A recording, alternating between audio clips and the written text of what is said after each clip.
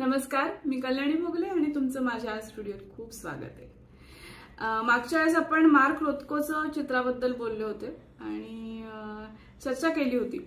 यावेळेस मी माधव सातवळेकर यांची जी पुस्तकं आहेत, माझ्याकडे ही 2 पुस्तकं आहेत, त्यांचा रेफरन्स घेऊन माधव सातवळेकर स्वतः चित्र कसं बघावं ह्याच्याविषयी काय सांगतात हे आपण वाचणार आहोत आणि चर्चा करणार आहोत। ऍक्च्युअली एकदम माधव सातवळेकर अशी मी उडी का मारली आहे असं खूप जणांना आश्चर्य वाटेल। तर मी आता खरं माझं ह्याच्याबद्दल बोलण्यासारखं माझ्या आता मनात खूप आहे, पण मी आता त्याच्याविषयी बोलणार नाहीये। आपण आपला फोकस चित्र कसं पाहावं ह्याच्याकडे करूया। ऍक्च्युअली मी जे ऑब्झर्व केलंय त्या ऑब्झर्वेशन नुसार आता सध्या प्रचंड गॅप आहे काहीतरी एक, जे जगात बाहेर चाललंय आणि आपल्या आजूबाजूला जे लोकांना चित्र म्हणून माहितीये किंवा त्यांचे जे समज आहेत याच्यात एक खूप मोठी दरी आहे आणि ही दरी कशी मिटवावी हा खूप मोठा प्रश्न आहे। आणि मला ह्याच्याबद्दल भयंकर काळजी वाटली, म्हणजे की अरे आपण मार्क रोथकोपर्यंत गेलो, त्या स्टाईल पर्यंत गेलो, तिथपर्यंत गेलो, पण आधीचं पण लोकांना माहिती नाहीये किंवा आपल्याकडे हा म्हणजे हे अवेलेबिलिटी मिळाली नाहीये कदाचित लोकांना, आपल्या सिलेबसमध्ये नाहीये, आपल्या अभ्यासात नाहीये किंवा त्याच्याबद्दल अवेअरनेस निर्माण करायचे बरेच आर्टिस्ट प्रयत्न करतायत। सध्या तुम्ही फेसबुकवर बघितले तर सगळे चांगले आर्टिस्ट, सगळे मोठे आर्टिस्ट आपापल्या परीने भरपूर प्रयत्न करतायत, पण मी पण थोडासा प्रयत्न आता करतीये। तर मला असं वाटलं की थोडंसं स्वातंत्र्य आधीच्या काळातले आर्टिस्ट, म्हणजे माधव सातवळेकर हे स्वातंत्र्याच्या आधीच्या काळातले होते, तर 1915 साली त्यांचा जन्म झाला आणि तरी सुद्धा ते बरेच प्रगत चित्रकार होते। त्यांचे वडील पण चित्रकार होते। मला वाटतं माधव सातवळेकर साधारणतः महाराष्ट्रात तरी बरेच जणांना माहीत असावेत अशी माझे होप्स आहेत। तुम्हाला माहीत नसतील तरी काही हरकत नाही, तुम्ही आता मी एकीकडे बडबडतीये तेव्हा तुम्ही चित्र बघता त्यांची, खूप सुंदर, मला त्यांची चित्र खूप आवडतात आणि त्यांचे विचारही आपण जाणून घेऊया। आज आता त्यांच्या चित्रांवर मी जास्त बोलणार नाही, मी आधी व्हिडिओ केला होता इंग्लिशमध्ये, जे मी व्हिडिओ करत होते त्याच्यात काही चित्र त्यांची मी समजून सांगितली आहेत, तर ते तुम्हाला पाहिजे असेल तर त्या लिंक पण तुम्ही क्लिक करून बघू शकता।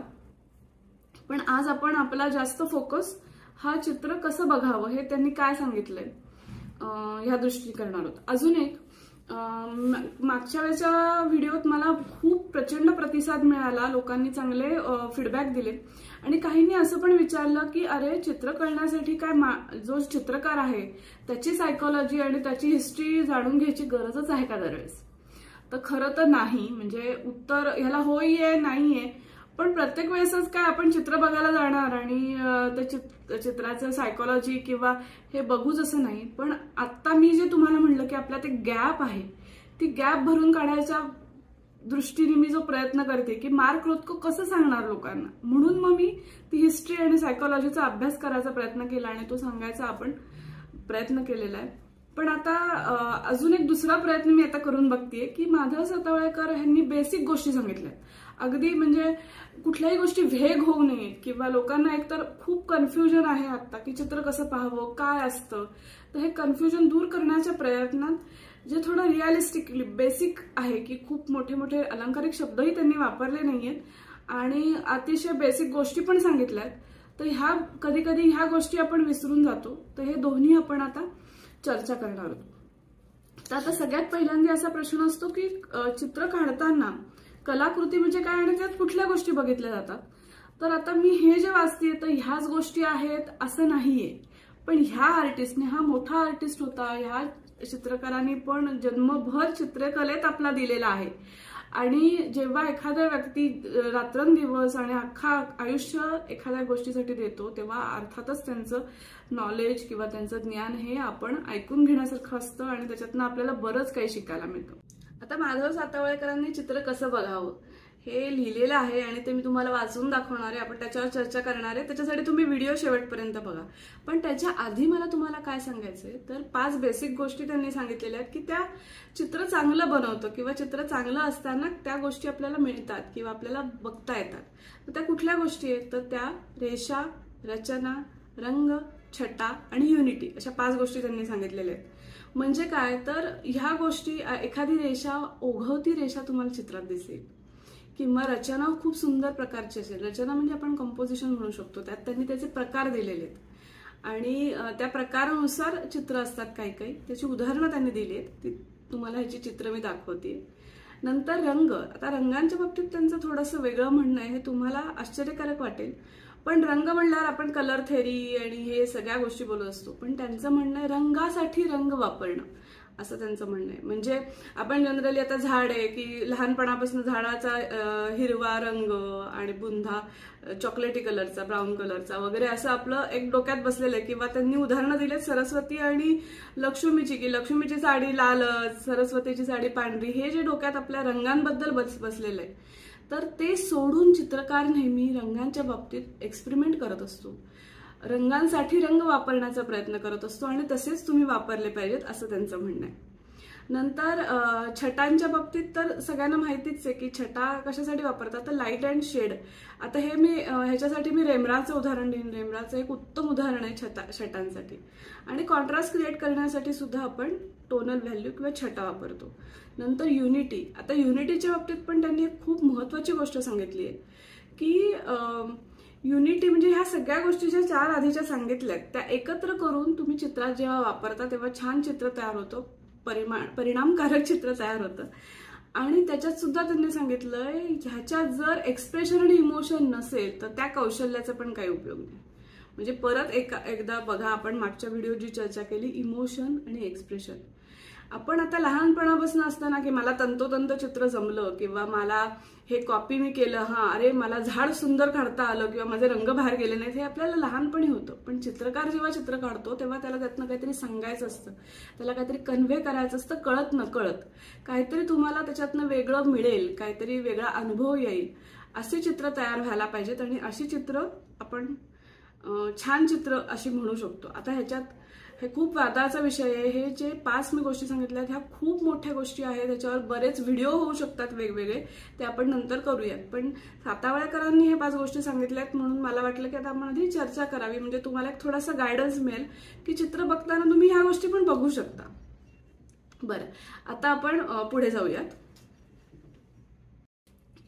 आता चित्र पाहताना कोणत्या गोष्टीकडे लक्ष दिलं पाहिजे हे सांगताना ते काय म्हणतात. आता हे मी प्लेनली त्यांनी जे सांगितलंय ते वाचून दाखवणार आहे आणि त्याच्याप्रमाणे मी इथे चित्र देतेय, तर बघा तुम्ही. चित्र हे आकर्षक आकारांची मांडणी असते. चित्राचा सर्व भाग एकदम पाहण्याची सवय केली पाहिजे. चित्राचा विषय काय आहे हे पाहण्याआधी त्यातला आशय पाहण्याचा प्रयत्न केला पाहिजे. एकदा त्या कलाकृतीचा आशय समजून सौंदर्य अनुभव मिळाला की मग इतर गोष्टी पाहण्यास सुरुवात करावी. या चित्रातील मांडणी, रंगांची ठेवण, कुंचल्याचे काम, ड्रॉइंग वगैरे गोष्टी समजू लागल्या म्हणजे त्या कलाकृतीची खरी गंमत समजून पहिल्या आनंदात आणखीन भर पडेल. इतके झाल्यावर मग त्या चित्राचा विषय काय आहे याचा विचार मनात यावा, नाही आला तरी चालेल असं ते म्हणतायत. आता चार्डिन शारद्या या चित्रकाराने आयुष्यभर काय रंगवले तर एक पावाचा लोभ, फळे व बाटली, परंतु त्यातूनही त्याने विविध आणि उत्कृष्ट चित्र निर्माण केली. व्हॅन गॉगने 2 जुने फाटके बूट रंगवून त्यात कमाल केली. या चित्रातील सौंदर्य अप्रतिम आहे. ते या विषयांमुळे आलेले नसून चित्रकाराच्या सामर्थ्यामुळे आलेले आहे. एका मोडक्या खुर्चीवर एक पुस्तक आणि पाईप ठेवून या चित्रकाराने एक अजरामर कृती निर्माण केली. एका झाडाच्या बुंध्याचे चित्र काढून त्याने हेच सिद्ध करून दाखवले. तात्पर्य काय तर विषय दुय्यम आहे. आता हे ते परत सांगतायत की आशयाकडे पहिल्यांदा लक्ष दिलं पाहिजे. चित्र पाहताना पूर्ण चित्र बघितलं पाहिजे, आशयाकडे लक्ष दिलं पाहिजे आणि विषय दुय्यम आहे. आपण ते काय काढलंय, आपलं पहिल्यांदा जाताना अप्रोचच, चित्र बघताना पहिला अप्रोचच हा असतो, काय काढलंय काही कळतच नाहीये. आपल्याला कळत का नाहीये कारण आपण पहिल्यांदा तो विषय समजून घ्यायचा प्रयत्न करतो, तो आशय समजला पाहिजे. अगेन मी म्हणलं की फील केलं पाहिजे, पण हे आशय म्हणजे ते बरोबर तांत्रिकदृष्ट्या नीट सांगतायत, त्याच्यामुळे मला हे त्यांचं लिखाण आवडलंय आणि तुम्हाला वाचून दाखवावं असं वाटलंय. तर मला वाटतं तुमच्या लक्षात आलं असेल की ते काय सांगतायत ते, की अख्खं चित्र आधी बघा, त्याचा आशय समजून घ्या आणि मग विषयाकडे तुम्हाला पाहिजे असेल तर आलात तरी चालेल. त्यातले छोटे छोटे गोष्टी समजून घ्या की रंग कसा आहे, स्ट्रोक्स कसे आहेत, खरं मी तुम्हाला सांगते, काही काही चित्रांमध्ये तुम्हाला अगदी फिलिंग नाही कळलं, काही नाही केलं तरी सुद्धा ते चित्र जवळून जाऊन किंवा लांबनं बघताना त्यातले जे स्ट्रोक्स असतात, जे ज्या पद्धतीने ते काढलेलं असतं सुंदर, त्याची पण मजा आपल्याला घेता येते. पण फक्त ती मजा घ्यायची तयारी आपली असली पाहिजे. सगळ्यात महत्वाची गोष्ट ती तयारी असली पाहिजे. आता काही जणांनी आता आपल्याकडे झपूर्जामध्ये काही काही चित्र लावलेली आहेत, तर हुसेन यांच्या चित्रांवरनं बरेच वेळा हे असतं की काय त्यांच्या चित्रात वगैरे असे खूप जण मला म्हणतात. मला ते वाईट वाटतं, पण ठीक आहे. कदाचित मला असं वाटतं की अरे आपल्याला तरी खरं कळलंय का, आपण ह्यांना काय उत्तर देणार. पण मी तुम्हाला हे नक्की सांगू शकते की तुम्ही स्ट्रोक्स बघा, ज्या काय म्हणतात सहजतेने ते जे स्ट्रोक किंवा ते फोर्सफुली जे काढलेले आहेत, ते त्याची मजा किंवा त्याचा आनंद तुम्ही नक्कीच लुटू शकता. तुम्हाला बाय द वे त्यांच्या चित्रातले समजा घोडे आवडतात लोकांना, पण नाही आवडले तरी ते स्ट्रोक ज्या पद्धतीने दिलेत, रंग कशा पद्धतीने लावलेत, हे बघून सुद्धा तुम्ही त्याची मजा लुटू शकता, त्याचा आनंद घेऊ शकता. ओके, आता हे विषयांतर झालं. आता आपण पुढे बघूया ते काय लिहित म्हणतायत ते. आता त्यांचं काय म्हणणं आहे बघा. तात्पर्य काय तर विषय दुय्यम आहे, कलेच्या आशयाला सर्वप्रथम प्राधान्य आहे. कलेच्या विषयाला प्राधान्य दिले तर तिचे मूल्यमापन चुकीचे होऊ शकते. ताजमहालचे सौंदर्य अनुभवताना सामान्य लोक त्याच्याकडे बादशाह मुमताजचे प्रेमाचे प्रतीक म्हणून अधिक आत्मीयतेने पाहतात. त्यामुळे त्याच्यातल्या खऱ्या सौंदर्य मूल्यांकडे दुर्लक्ष होऊ शकते. ताजमहाल बाबतचे माझे वैयक्तिक मत आहे की तो अत्युच्च कारागिरीचा एक नमुना आहे, कलेचा नव्हे. आता हे त्यांचंच पर्सनल मत आहे. या उलट कोणार्कचे सूर्य मंदिर मी नुकतेच पाहिले आहे असं ते म्हणतात. तो भग्न आहे, उद्ध्वस्त झालेला आहे, पण ते पाहिल्यावर भव्यतेचा अनुपम साक्षात्कार होतो, मन मुग्ध होतं. नंतर आपण एक एक भाग वेगळा पाहण्यास लागलो की मूळच्या आनंदात कितीतरी भर पडते. लहान मोठ्या चित्रविषय किती अपूर्वाईने कोरले आहेत याचे कौतुक वाटते. आता हा पण एक विषय आहे. तुम्ही खरं सांगा, तुम्ही किती आपली कलाकृती बघता. आता ह्याच्यात सुद्धा ती कलाकृती नुसती त्याचा आनंद घेण्यापेक्षा त्याच्यात ते काय आहे हे बघतो, हे पण बघितलं पाहिजे. खरं तर हे बघायला मी नव्याने शिकलीये. ओके, तो विषय एक वेगळा. पण ते सांगतायत खरंच मी पण सुवर्ण मंदिर पाहिलंय आणि तुम्ही नक्की बघा. आणि त्याचं त्या मूर्त्यांचं टेक्स्चर, त्याचा लय, त्याचे आकार, ते भाव, काही काही मूर्त्या त्याच खूप तेच विषय परत आहेत, पण आपण ते बघत राहतो, आपण त्यातला आनंद घेत राहतो. तो ती निर्मळपणे किंवा आपण, मला वाटतं चित्रकार तर काढतच असतो किंवा कलाकार तर करतच असतो, पण आपण पण रसिक म्हणून त्याचा आनंद घ्यायची एक सवय लावली पाहिजे. ओके, विषयाला प्राधान्य न देता आधुनिक कालखंडात कलेच्या क्षेत्रात अनेक प्रयोग करण्यात आले. 19व्या शतकात फ्रान्समध्ये माने आदी चित्रकारांनी निसर्गातील रंगांचा अभ्यास केला व त्याद्वारे वेगवेगळा मूड दर्शवला. रोमन कॅथेड्रलचे चित्र मोनेने अनेक वेळा रंगवले. त्याचे कारण कॅथेड्रलचे वास्तुशास्त्रीय रूप आवडते हे नाही, म्हणजे त्याला ते आर्किटेक्चरली आवडलं होतं असं नाही. त्याला वाटत होते त्यावर दिवसभरात निरनिराळ्या वेळी पडणाऱ्या प्रकाशामुळे एक काव्य निर्माण होते. ते रंगवण्यासाठी ही चित्रे त्याने रंगवली. निरनिराळ्या प्रकाशात निरनिराळ्या रंगातील विविधतेचे रहस्य सोडवण्याचा प्रयत्न तो करत होता. सेझाने यांनी व्यक्तिचित्रे काढली किंवा ती सफरचंदे, नारिंगे काढली, ती काही त्याला तो पदार्थ आवडत होते म्हणून नव्हे, तर आकार आणि रंग याचे कोडे उलगडण्यासाठी ही धडपड केली होती. आता चित्रकार आकार आणि रंगांचे कोडे उलगडण्याचा प्रयत्न करतो. मी तुम्हाला तेच सांगते. बघू आता सेझाचं म्हणणं बघा. सेझाची गंमत. आता सेझान यांनी जी व्यक्तिचित्रे काढली किंवा सफरचंदे, नारिंगे काढली, ती काही त्याला ते पदार्थ आवडत होते म्हणून नव्हे, तर आकार आणि रंग यांचे कोडे उलगडण्यासाठी ही धडपड केली. सेझाने त्याचा गमतीदार किस्सा सांगतो. त्याची काम करण्याची पद्धत सावकाश होती. आता मी हे वाचत नाही, मी तुम्हाला किस्सा सांगते की एक चित्र विक्रेता होता वॅलार्ड नावाचा. तर त्याला खूप दिवस त्यांनी बसवून ठेवला. आता व्यक्तिचित्र काढताना, पोर्ट्रेट काढताना, साधारण लाईव्ह काढताना त्या मॉडेलला आपण बसवतो. त्याने त्या मॉडेलला बसवलं, खूप दिवस काढली आणि बऱ्याच सिटिंग ठेवलं. म्हणजे आधी तो दिवसभर करत असेल मला वाटतं आणि हे वगैरे. आणि नंतर झाल्यावर त्या चित्र विक्रेत्याला वाटलं अरे आपण कसं दिसतोय, आपलं काय काढलं का वगैरे. पण सेझालचं एक सायंटिफिक माइंड होतं किंवा त्याचे काहीतरी वेगळे विचार होते. मी ते हे म्हणतात तसं आकार आणि रंग ते शोधत होते.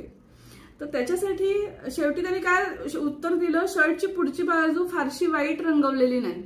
म्हणजे ते शर्टाची बाजूच सांगतायत. म्हणजे त्यांना ते व्यक्तिचित्र म्हणून त्याच्यावर फोकस नाही. तो एक म्हणजे थोडक्यात आपण असं म्हणू शकतो की विषय हे चित्रकाराला एक निमित्त आहे.